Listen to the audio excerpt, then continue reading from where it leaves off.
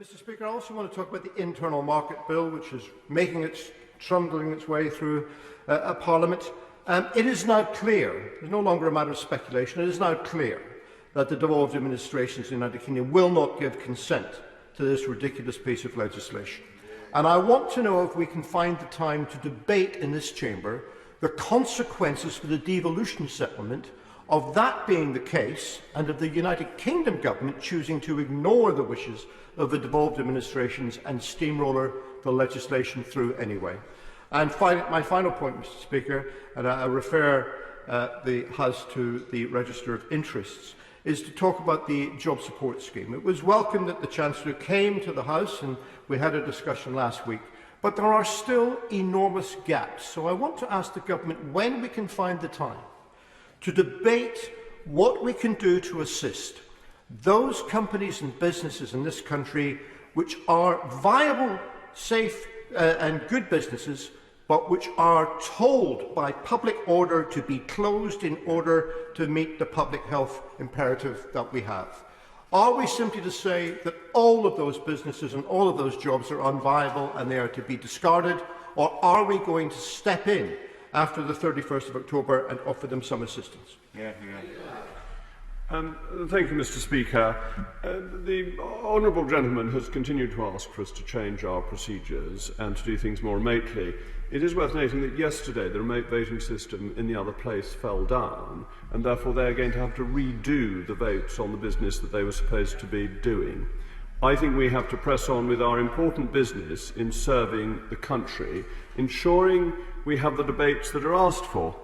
And from the point of view of government business managers, we have on the one hand a demand for debates and votes, quite rightly, and on the other hand the demand that we shouldn't in fact be here.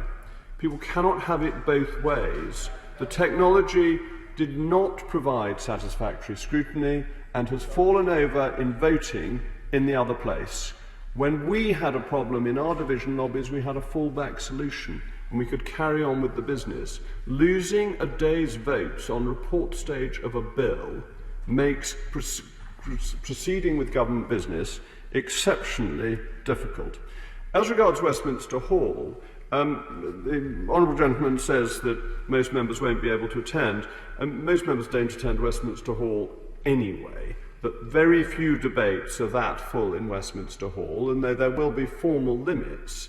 Actually, considering the numbers who are at most Westminster Hall debates, those formal limits will not be unduly stretched, and the resources of our broadcasting teams are being used in other ways, and there are limited resources. Again, people wanted Westminster Hall back. We've got Westminster Hall back. It's an opportunity to hold the government to account. And I think this is a good thing and the right thing to be doing. With regard to the United Kingdom Internal Markets Bill, this is a fantastic bill. It's one of the best pieces of legislation passed through this House in recent times. It also devolves, I think, 70 powers to the devolved administrations. So, I mean, they're modelling themselves on Oliver Twist, Mr. Deputy Speaker. They're always asking for more.